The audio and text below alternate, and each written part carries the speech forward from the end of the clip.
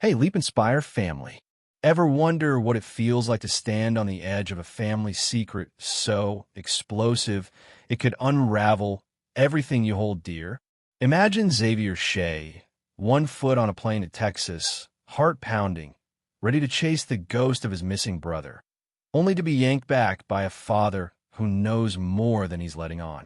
A single phone call, a betrayal from a trusted ally, and a news headline that flips his world upside down. It's the kind of drama that'd rack up millions of views online, pulling you in to watch every second. For Xavier, it's not just a story. It's a race against a trap that could destroy his family's legacy. One wrong move, and the truth about his brother, his company, and the blood on their hands might stay buried forever. Xavier's phone buzzed again as he stood on the tarmac, the plane's engines roaring behind him. His father's voice crackled through, sharp and unyielding. "Don't you dare board that plane, Xavier. Your brother's out there, but you're not going to Texas. I've got people on it." Xavier's jaw tightened, his foot hovering on the step. "He's my brother, father. We can't just sit here." Yesterday, he tried to fly out, only to be stopped by Mr. Shea's insistence that someone else was handling the search. Reluctantly, Xavier had stayed put, leaving his company in the hands of Jasper, his right-hand man. But today, Jasper had betrayed him, tipping off Mr. Shea about his airport run. "You need to act like a man, Xavier," his father snapped. "This could be a trap to lure you out. I'll find Brian. Get back to the office." The call ended abruptly, leaving Xavier fuming. He spun toward Jasper, who stood trembling. "I told you to keep quiet." "How'd he know?" Jasper's silence was answer enough. With a scoff, Xavier stormed back to his car. As he slid into the driver's seat, his phone rang again. Alex's name flashed on the screen. Xavier sighed, answering with a bite. "Finally calling? Done ignoring me?" Alex's voice was smug. "Relax, bro. I've been busy, but you'll thank me. Check the news now." Xavier frowned, grabbing Jasper's phone, already open to a headline that made his blood run cold. Shea Company cleared of murder allegations. His eyes widened as he skimmed the article. Alex had gone rogue, confronting the press manager who'd smeared their name. When a man refused to retract the story, Alex targeted his wife, an ex-model with a reputation for indiscretions. "Wait," Xavier growled into the phone. "You slept with her?" "She's married, Alex." "Correction," Alex laughed. "I didn't sleep with her. I fed her ego, and she ate it up. Her husband caved after that. It was the fastest way to clear our name." Xavier's stomach churned. "She has a kid. There had to be another way." "Don't stress," Alex said. "Your father saved my company after my parents died. I owe you both. Focus on the clients we lost. I'll handle the rest."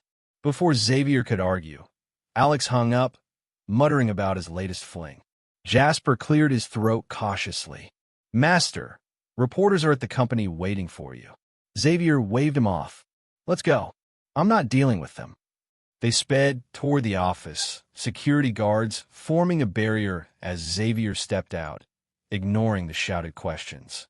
Inside, Charlotte, his assistant, greeted him with her usual "Good morning, sir," but he brushed past her, diving into his office. Evelyn, his sharp-eyed manager, followed with an iPad. "Morning, boss." Emails came in. "Clients want to renew contracts after the news. Some insist on meeting you directly." Xavier leaned back. "We don't need them. The company's recovering." Charlotte piped up. "But shouldn't we address their doubts? A meeting could rebuild trust." Evelyn nodded. Slightly annoyed, Charlotte stole her idea. "I agree. I'll arrange it." Xavier sipped his coffee as Charlotte set it down, but before she could leave, he pulled her close, his cologne enveloping her. "Why'd you dodge my calls after I dropped you off Saturday?" he whispered. Charlotte stiffened. "I thought it was best. After how you spoke to Sophia, her silence spoke volumes." Xavier's lips grazed her neck. "I missed you." "You didn't reply." Before she could respond, he kissed her, the moment charged with unspoken tension. The meeting went smoothly, but Charlotte was absent, stuck photocopying documents Xavier had assigned her. When he returned to his office, She was organizing papers, avoiding his gaze. "Done?" he asked, a faint smile tugging at his lips. "Yes, everything's here," she replied curtly. "I'm heading out with Evelyn," he said. "Cancel my schedule." Charlotte froze. "Your phone's been ringing nonstop." Xavier glanced at it, a missed call from his father. Before he could respond, Evelyn barged in. "Boss, the car's ready." They left, Evelyn shooting Charlotte a smug glance. In the car, Mr. Shea called via video, his face grim. "What's this chaos at the company? Who's behind the news?" Xavier sighed. "Ask Alex. He's the one who handled it." Mr. Shea grunted, unconvinced, and hung up. At their destination, a hotel, President groveled, apologizing for doubting the company. "The contract's terminated," Xavier said coolly. "Non-negotiable." Evelyn backed him up, and they left as Detective Scott called. "We've got the guard, Xavier. Get to the station." Xavier arrived at the interrogation room, where Paul, the guard, sat bloodied and trembling. "Who sent you to steal the documents?" Xavier demanded. Paul whimpered, "Frank. He paid me. I also took Charlotte's fingerprint." Xavier's mind flashed to the day he'd seen Paul leaving Charlotte's office, claiming she'd given him papers. "You lied to me," he growled, stabbing a pen between Paul's fingers. The man screamed. "Frank worked for Cho, a journalist at Barble. Cho's the boss." Xavier's eyes narrowed. "Where's Cho?" Paul shook his head. "He vanished after the police searched his place." Scott stepped in. "We'll find Cho and clear Charlotte's name. Veronica stays in custody. Paul doesn't know how her fingerprint ended up on the knife." Xavier left the station, his heart heavy. Paul's betrayal stung, and Charlotte's false accusation gnawed at him. He needed a break.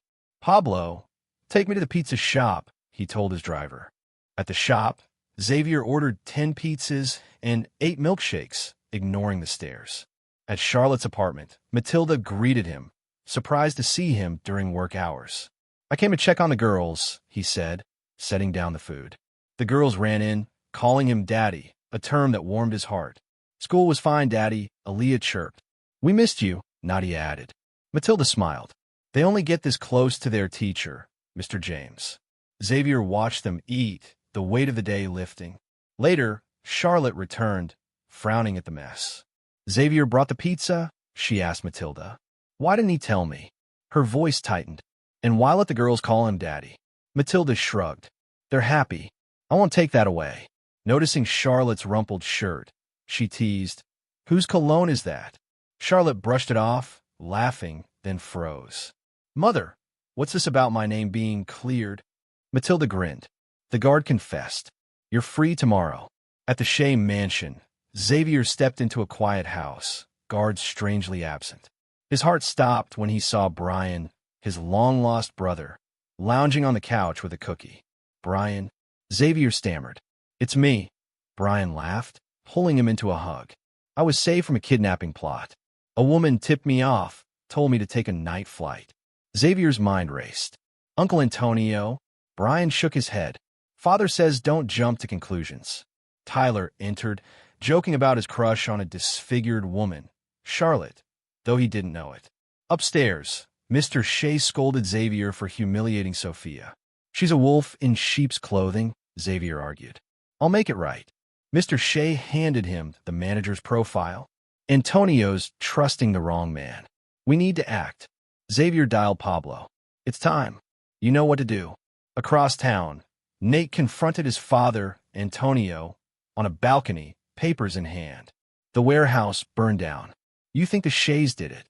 Antonio's glass shattered on the ground. "No way they infiltrated us." Nate pressed. "What if there's a spy?" Mr. Cho arrived, denying knowledge of a corpse at the Shea Company. Nate grabbed his collar. "You're hiding something." Antonio intervened, but Nate stormed off, meeting Arya, a former Shea employee. "Xavier ruined you," he told her. "Work with me to destroy him." Arya's eyes hardened. "What do I have to do?" At the station, Charlotte faced Veronica, who begged for forgiveness. "You kidnapped me, tortured me," Charlotte said coldly. "Your fingerprints were on the knife." Veronica smiled sadly. "I'm getting used to this place." Outside, Paul confessed to framing Charlotte, orchestrated by Cho. Reporters swarmed as Charlotte spoke. "I'm relieved. The truth is out." Arya confronted her, sneering, "I'm back to ruin you." Charlotte shoved her hand away. "Do what you want, but you'll pay." At a warehouse, Pablo beat a prisoner as Xavier and Mr. Shea watched. Cho ordered the corpse disposal. The man gasped. "He works for two bosses, an Egyptian and a man in a hat." Mr. Shea's eyes darkened. Cho framed Veronica too. A call interrupted. Antonio's warehouse was burned, and he blamed them. "Someone's pitting us against each other," Xavier said. The prisoner offered to lead them to Cho's meeting spot. Alex, meanwhile, met a doctor to test if Charlotte's daughters were his, needing Xavier's blood for comparison. At the office, he noticed Charlotte's finger-warming habit. "Take a break," he urged. Xavier walked in, accusing Alex of lying about the press. "You slept with the manager's wife." Alex shrugged. "I need your blood, Xavier." "It's urgent." Xavier refused, swamped with work. As Alex left, Xavier turned to Tyler. "Why does he need my blood?" Tyler shrugged. "Just go with him. Don't miss the next twist in the Shea family saga. Who is the mysterious man in the hat? And what secrets will Xavier uncover about his brother's disappearance? Hit subscribe to find out if the Shea legacy survives or crumbles under the weight of betrayal. Part 8 is coming, and you won't want to miss a single second of this viral-worthy drama.